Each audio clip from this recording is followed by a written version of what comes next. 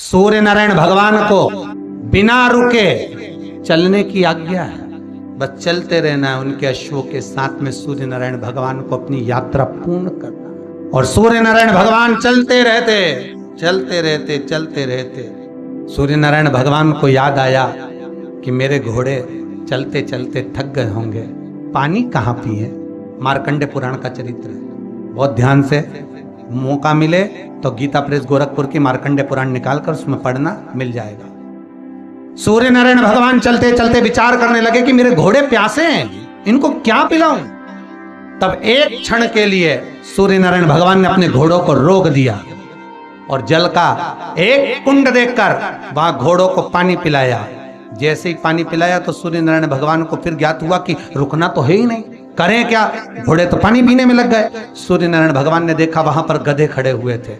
नारायण ने तुरंत उसी समय सूर्य देव ने उन गधों को रथ में लगा लिया और उनको लेकर चल दिए। गधों को कहते हैं खर, इसलिए जब तक गधे उस रथ में लगे रहे, जिस समय तक चलता रहा, वो खरमास कहलाता।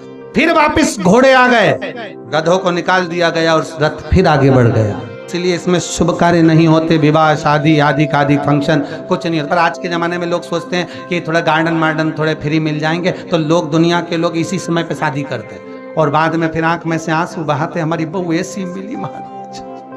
थोड़ा सोच समझ कर कार्य करिए कि हम जो शुभ कार्य कर रहे हैं, अच्छा काम कर रहे हैं, वो किस समय पर करना चाहिए। हाँ, भजन करो, कीर्तन करो, संकीर्तन करो, कथा करवाओ, नाम जाप करो, स्मरण करो, खूब अनुष्ठान करो, तुम भगवत नाम का जाप करो। ये तो तुम कभी भी कर सकते हो, जीवन पर्यांत में कभी भी, क्योंकि मृत्यु का कोई भरोसा नहीं है, इसलिए भजन का भी भरोसा नहीं। करते रहो, कभी भी आ जाए तो ठिकाना किसका, ना जाने कब फोटो टंग जाए।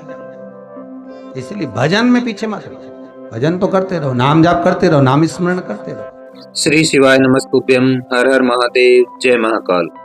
भक्तों, आज की इस वीडियो में हम बात करेंगे खरमास के महीने के बारे में। बहुत सारी जगह पर खरमास का महीना बोला जाता है और कई जगह पर इस महीने को मल माह का महीना भी बोलते हैं। तो क्या होता है यह महीना और इस महीने को खरमास का महीना क्यों बोला जाता है, इसके बारे में पूरा डिटेल में गुरुजी ने पहले ही बता दिया है, तो हम इस पर बात नहीं करेंगे।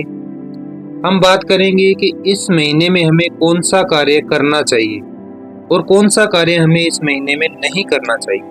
पर उससे पहले मैं आपसे एक बात और करना चाहूँगा कि मैंने एक पहले वीडियो अपलोड किया है पशुपति व्रत की संपूर्ण विधि, और उसके थंबनेल पर मैंने लिखा है 23 दिसंबर सोमवार की अष्टमी के दिन आप पशुपति व्रत शुरू करिए। तो बहुत सारे लोगों के कमेंट आए हैं कि 23 दिसंबर तो खरमास के महीने में पड़ रहा है, तो आपने यह थंबनेल गलत लगा रखा है, क्योंकि खरमास के महीने में कोई भी नया काम शुरू नहीं किया जाता। तो उन सबको भी मैं इस वीडियो में जवाब दूंगा कि मैंने क्यों वह लिखा है और उसका कारण क्या है। उससे पहले हम बात करते हैं कि इस महीने में हमें कौन सा कार्य करना चाहिए। खरमास के महीने में आप कोई भी पूजा पाठ से संबंधित कार्य कर सकते हैं। पूजा पाठ आप जितनी चाहे उतनी कर सकते हैं। महादेव का कोई भी उपाय आप कर सकते हैं। दान आप जितना चाहे उतना कर सकते हैं। सबसे ज्यादा जरूरी है वो मैं आपको बताता हूँ कि आपको क्या करना चाहिए। आपको हर रोज सूर्य देव को जल अर्पण करना चाहिए और साथ में ओम सूर्याय नमः का जाप करना चाहिए। पूरे महीने आप 1 लोटा जल सूर्य देव को अवश्य अर्पण करें। इसके अलावा आप तुलसी जी की पूजा करें और शाम के समय आपके घर में जो मंदिर है जहाँ आप हर रोज पूजा पाठ करते हैं, उसी मंदिर में हर रोज एक दीपक जरूर लगाएं। और इसके अलावा गरीब लोगों को खाना खिलाएं और गरीब लोगों को कपड़े का दान करें। सबसे उत्तम दान माना गया है, अगर आप खरमास के महीने में करना चाहें तो गर्म कपड़े का दान अवश्य करें। उसके बाद बात आती है कि इस महीने में हमें कौन सा कार्य नहीं करना चाहिए। इस महीने में हमें कोई भी शुभ कार्य नहीं करना चाहिए। जैसे अगर आपको शादी करनी है तो उसको टाल दीजिए, अगले महीने में रखिए। खरमास के महीने में शादी एंगेजमेंट ना करें। अगर आप नया घर बनाने की सोच रहे हैं और अगर आपको नए घर की नींव रखनी है तो भी आप खरमास के महीने में अपने घर की नींव ना रखें। अगर आपको कोई नया बिजनेस शुरू करना है या आपको नई दुकान का कोई मुहूर्त रखना है तो वो भी आप खरमास के महीने में ना रखें। अगर आपको कोई नई इन्वेस्टमेंट करनी है जैसे आपको कोई प्लॉट खरीदना है, आपको कोई जमीन खरीदनी है, तो वो भी आप इस महीने में ना खरीदें। अगर आप कोई नया ऑफिस शुरू करना चाहते हैं या फिर आप कोई नई फैक्ट्री शुरू करना चाहते हैं, तो वो भी इस महीने में ना रखें। तो ये थे जो आप इस महीने में कर सकते हैं उसके बारे में, और जो आप नहीं कर सकते उसके बारे में। अब हम बात करेंगे कि जो मैंने पहले बोला था पशुपति व्रत के बारे में, कि मैंने थंबनेल पे लिखा है कि आप 23 दिसंबर के दिन शुरू करें, और 23 दिसंबर पड़ रहा है खरमास के महीने में। तो बहुत सारे लोगों ने ये लिखा है कि खरमास के महीने में कोई भी शुभ कार्य शुरू नहीं किया जाता।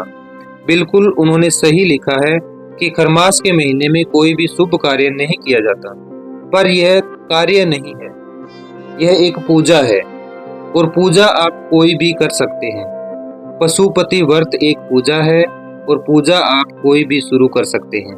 इसलिए उन सबको यही जवाब दूंगा कि आप पशुपति व्रत खरमास के महीने में भी शुरू कर सकते हैं। वैसे तो पशुपति व्रत का कोई नियम नहीं है कि आपको इस महीने में ही शुरू करना चाहिए, आप पशुपति व्रत किसी भी महीने में शुरू कर सकते हैं। पर उन सबको यही जवाब दूंगा कि जिन्होंने लिखा है कि खरमास के महीने में पशुपति व्रत शुरू नहीं करना चाहिए, आप पशुपति व्रत खरमास के महीने में बिल्कुल कर सकते हैं। आशा करता हूं कि आपके सभी प्रश्नों के उत्तर आपको मिल गए होंगे।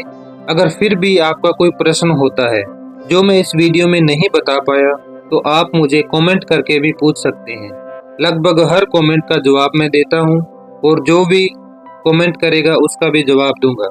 और अगर आपका कोई प्रश्न ना भी हो तो महादेव के नाम का एक जयकारा कमेंट में जरूर लगाना। तो यही था खरमास के महीने में पूरा डिटेल में आपसे बात करना, कौन सा कार्य आपको करना है और कौन सा कार्य आपको नहीं करना। तो अगर वीडियो आपको पसंद आया तो वीडियो को लाइक जरूर करना, और अगर आप मेरा वीडियो पहली बार देख रहे हैं तो चैनल को सब्सक्राइब करके घंटी वाले बटन को जरूर दबा लेना, ताकि जब भी मैं नया वीडियो अपलोड करूं तो सबसे पहले नोटिफिकेशन आप तक पहुंच सके। श्री शिवाय नमस्तुभ्यम। हर हर महादेव। जय महाकाल।